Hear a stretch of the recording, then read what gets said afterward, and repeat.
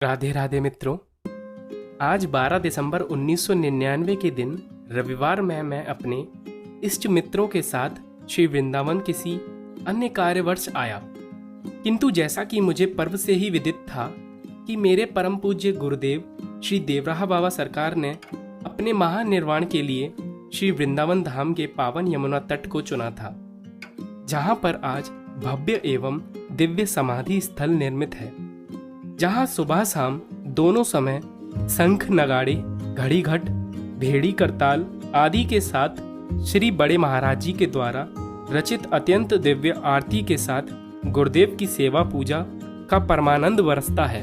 श्री वृंदावन पहुंचकर मेरी आत्मा बाबा के समाधि स्थल को देखने के लिए ऐसे छटपटा रही थी जैसे जल में जाने के लिए मछली की दशा हो जाती है। श्री वृंदावन से बाहर यमुना जी के दर्शन के लिए निकलते ही यमुना जी के पल्ली पार सफेद हिम की भांति एक उज्जवल स्मारक दृष्टिगोचर हुआ, जो अपने आप में अत्यंत दिव्य है। मुझे स्मरण नहीं, अपनी सारी उम्र में मैं ऐसे वीरान एकांत में ऐसा सुंदर एवं अद्भुत आकार वाला मंदिर अथवा स्मारक मैंने कभी देखा है। यहाँ आकर देखा, जैसा यह स्मारक दिव्य है वैसी ही सुरमय यहाँ की वनस्पतियां भी हैं। पेड़ पौधे हंसते बोलते प्रतीत होते हैं। करीब पौने किलोमीटर चलकर यमुना किनारे से एक नाविक ने 5 मिनट में यमुना पार कर दी और हम आश्रम में खड़े हैं। यहाँ पर आते ही श्री छोटे महाराज जी से भेंट हुई, जिन्होंने समाधि स्थल पर प्रणाम करने आने को कहा। फिर उनसे कुछ वार्तालाप हुआ। उन्होंने प्रेम पूर्वक हमारी जिज्ञासाओं को शांत करते हुए बाबा के समाधि स्थल के संबंध में हमें भली भांति अवगत कराया। इसी सिलसिले में मैंने अपने से घटित उस घटना का वर्णन किया। आज से 29 साल पूर्व 1970 में जब बाबा ने हमें दीक्षा दी थी, मैं इंद्रपुरी डेहरी आन सान में कार्यरत था। मेरे क्वार्टर के बगल वाले क्वार्टर में सिंचाई विभाग के एक अभियंता थे। उनके 5 वर्षीय इकलौते पुत्र को डायरिया हुआ था। डॉक्टर ने इलाज के दौरान स्पष्ट कर दिया था, इसका बचना अब संभव नहीं है। अभियंता महोदय किसी टूर पर घर से बाहर गए थे।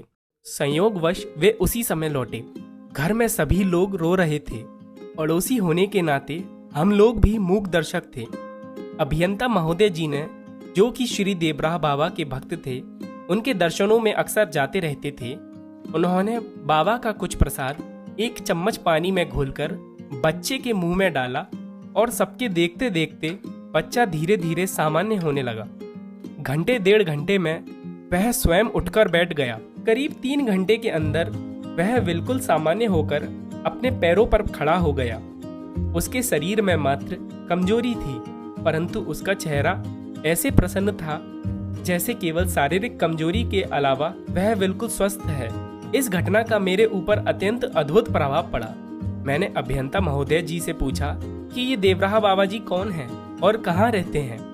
उनके प्रसाद की अद्भुत शक्ति को मैंने अपनी आंखों से देख लिया। संतों की शक्ति के आगे विज्ञान अथवा डॉक्टर आदि कुछ नहीं है। बाबा के प्रसाद की शक्ति से ही आपके बच्चे ने पुनः जीवन प्राप्त किया है। अभियंता महोदय, जो कि एक अच्छे पड़ोसी होने के नाते मेरे मित्र भी थे, उन्होंने मुझे श्री देवराहा बाबा के बारे में एक पुस्तक पढ़ने को दी और कहा, इस पुस्तक को पढ़ने से तुम्हें बाबा के बारे में कुछ जानकारी मिलेगी। मैंने उस पुस्तक को पढ़ा। उसमें बाबा के अनेक कृपा प्रसंगों का वर्णन था। पंडित जवाहरलाल नेहरू का प्रधानमंत्री बनना, बिहार के प्रथम मुख्यमंत्री डॉक्टर कृष्ण सिंह से संबंधित कुछ अद्भुत संस्करणों का उसमें उल्लेख था। मैंने सब पढ़ा और उस पुस्तक में से एक फोटो फाड़कर निकाल दिया और उसे फ्रेम में डालकर पूजा घर में रखा। बाबा के चरणों में उनका प्रभाव देखकर स्वतः ही मेरा मस्तक श्रद्धा से नत हो गया था। जीवन में अनेकों बड़े बड़े साधु संतों से मेरी मुलाकात हुई है, किंतु मेरे मन में वैसे संत से दीक्षित होने का सपना था, जिसे सच्चे अर्थों में भारत का महानतम संत कहा जा सके। वैसे तो संत चरित्रों की मैंने बहुत सी पुस्तकें पढ़ी, किंतु कबीर, नानक, सूरदास आदि, शंकराचार्य आदि की श्रेणी के किसी योगी अथवा महान भगवत भक्त से दीक्षित होने का सपना मैंने अपने भीतर संजोया था। संसारिकता, भौतिकता व विलासिता के संसाधनों से दूर एक सच्चे फकीर से मैं दीक्षित होना चाहता था, परंतु अभी तक मुझे किसी ऐसे संत का दर्शन नहीं हुआ था। किंतु अब मेरे मन में बाबा के दर्शन की उत्कृष्ट अभिलाषा थी। मैं 2-4 मित्रों को साथ लेकर देवरिया लार रोड सरयू तट स्थित मंच पर असीन बाबा के दर्शनों के लिए चल पड़ा। ढेरी ओन सोन से ट्रेन के द्वारा हम लोगों को देवरिया जिला पहुंचना था। यात्रा की तैयारी में कुछ विलंब हो गया। ट्रेन के खुलने के आधा घंटा पूर्व तक हम लोग घर में ही तैयारी कर रहे थे। मैं आज की यात्रा स्थगित करके कल पर टालना चाहता था। मेरे साथ जाने के लिए तैयार मित्रों में से किसी ने व्यंग विनोद में कहा, तुम्हें बाबा के दर्शन करने की इतनी बेताबी हो रही है, क्या बाबा ट्रेन को लेट नहीं करवा सकते ताकि तुम आज ही निकल सको? बड़ा तीखा व्यंग था। मेरी श्रद्धा के भीतर शूल की भांति यह बात चुभ गई। मैं बिना कोई जवाब दिए अपना सामान बांधता रहा और हम लोग कुछ ही देर में घर से निकले।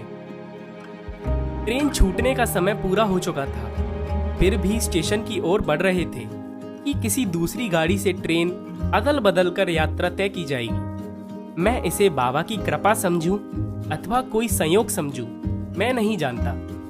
किंतु रेलवे स्टेशन पहुंचने पर हम लोगों को पता चला वह ट्रेन किसी कारणवश लेट हो गई है।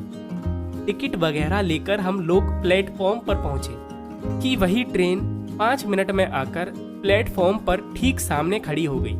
आज मैं दृढ़ विश्वास के साथ यह कह सकता हूँ कि वह कोई संयोग नहीं, बाबा की कृपा ही थी।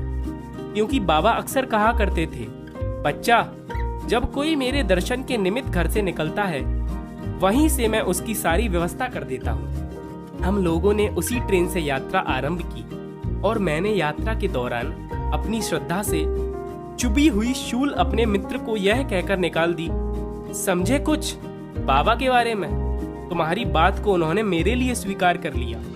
मैं जानता था उन दिनों बाबा जल्दी दीक्षा नहीं देते थे, इसलिए मैंने अपने इष्ट देवों से, दुर्गा मैया, काशी विश्वनाथ जी से सदैव ये विनती की थी कि बाबा मुझे अपना शिष्य तब प्रदान करें। जब लार रोड स्टेशन आया जहां हमें उतरना था, तब हम सभी गहरी निद्रा में सो रहे थे। मुझे ऐसा लगा जैसे कोई मुझे सप्रेम उठाते हुए कह रहा है, बच्चा उठो, तुम्हें यहीं उतरना है। मेरी आंख खुल गई। ट्रेन खड़ी हुई थी।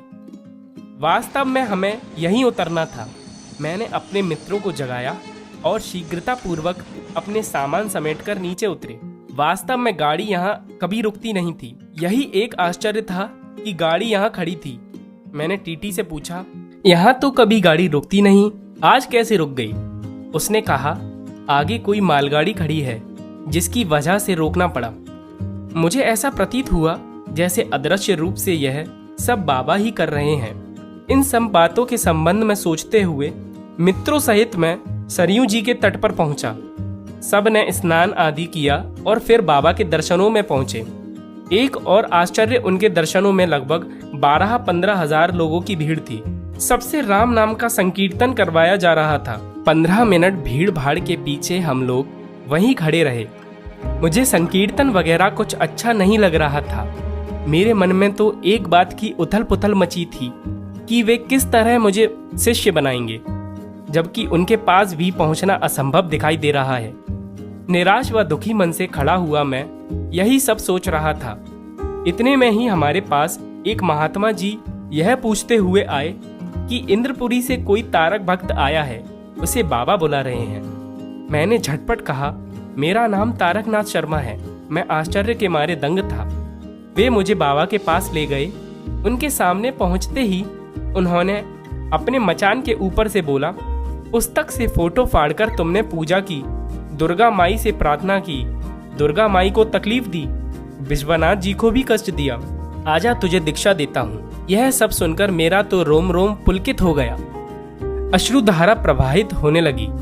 बाबा ने कहा, तुम शाकाहारी हो, लहसुन प्याज भी नहीं खाते, यह मैं जानता हूँ। उन्होंने मुझे 15 मिनट खड़े रहने को बोला और कहा, आमुक व्यक्ति भी मन ही मन दीक्षा प्राप्त करना चाहता है और वह आ रहा है।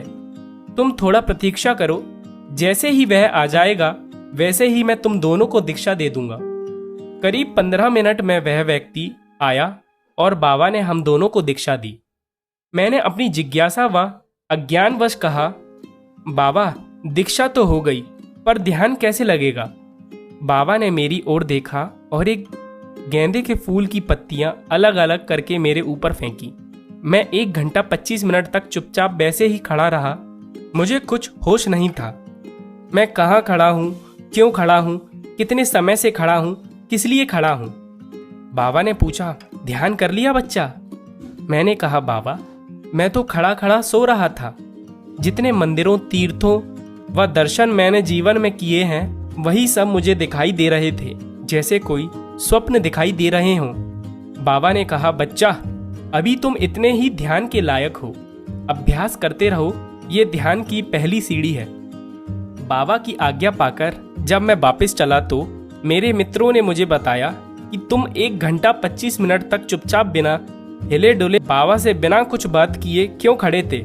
मैंने कुछ उत्तर नहीं दिया। इसके बाद मैं अक्सर ही बाबा के दर्शनों में आता जाता रहा और बाबा ने मुझ पर असीम कृपा बना दी थी। बाबा का एक भक्त तारकनाथ शर्मा। मित्रों, वीडियो को लाइक करें व चैनल को सब्सक्राइब करें। धन्यवाद। राधे राधे। जय श्री राधे।